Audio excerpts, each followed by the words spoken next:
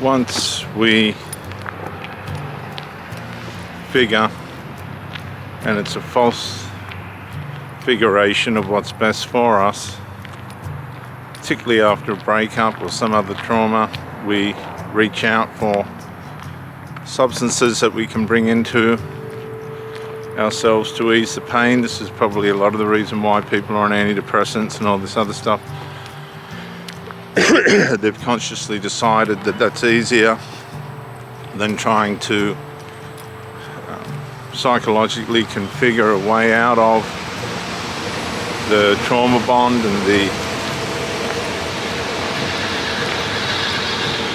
harm and the hurt and possibly the shame and the guilt of a lost relationship. And then with these cocktails, and that's what it's become today, just chemical cocktails. One chemical needs the other to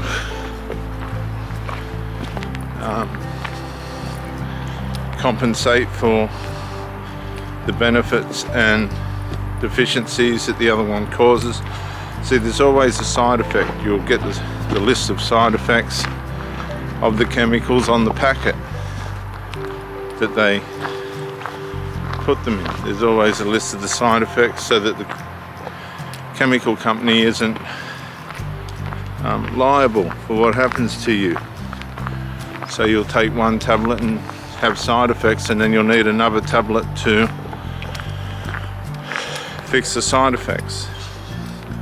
The home addict, the home medicator,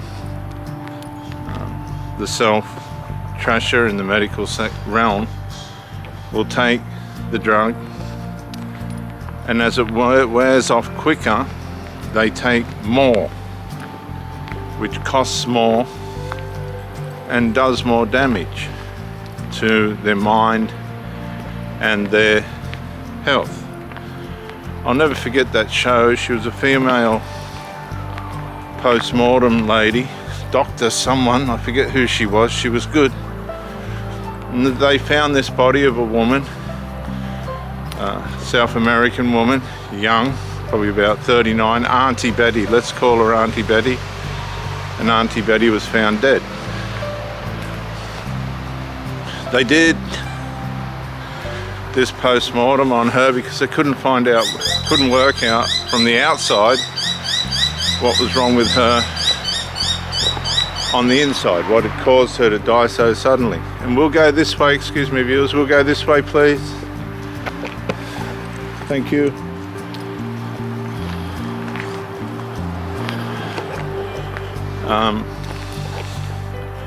And they did the post-mortem and found out she was a closet cocaine addict. A closet cocaine addict.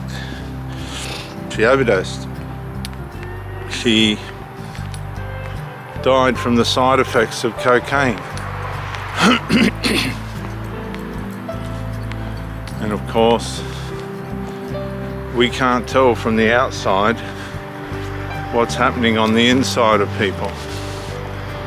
And this is where it all comes undone for many. So we can't tell when we meet people what is actually going on in their life and what they've done to themselves before you come along. I just had a relationship some 12 months ago now with a woman, and part of the reason why I ended it wasn't only because of covert emotional incest and the complex abuses that come through that to you. It was also some habits that she had that she was trying to regulate but was unable to. Became a part of her life, for whatever reason, her personal reasons.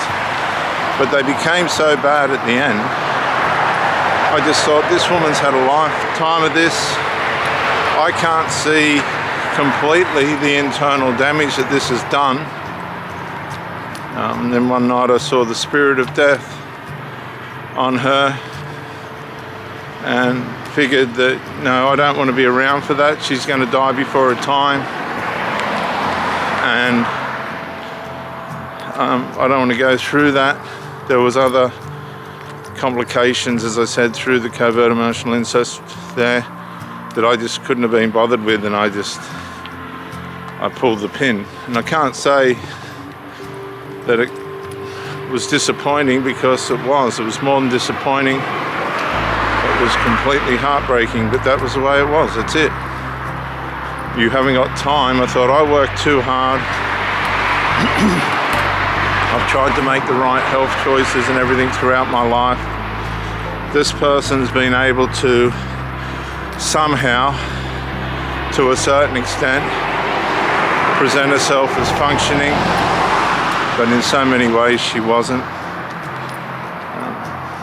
And I thought, no, I'm not going to be at the end of this ride and have to clean up this mess. And I got out. The family member that was banging on the abuse, second party abuse,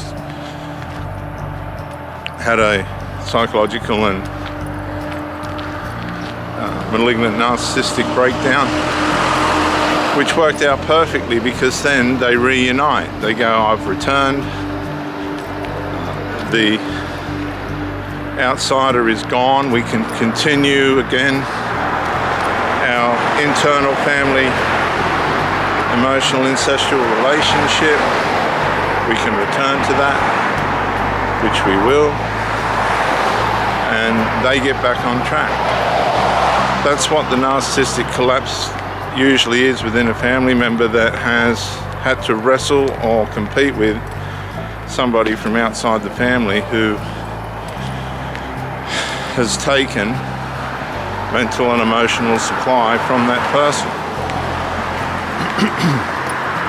And of course, the narcissistic collapse all works to the advantage of reinstating, reinforcing, and reigniting and recalibrating the original emotional connection, illegitimate emotional, abusive emotional connection between those two people, the parent and the child. That's why it's very important for when you break up from one of these people that you make sure, with all the determination and spirit you can muster, to get yourself well again and have no question about the fact that you were in a situation that wasn't healthy for you. It was never going to be beneficial to you. It was limited, usually associated with massive voids of presence. They just become unpresent, both physically and mentally, because they're very split in the way they go about things, including their personal intimate relationship. They're split between the loyalty bind that they have within the emotional incestual relationship, whilst trying to manage and sustain and maintain a relationship with somebody from outside the immediate circle.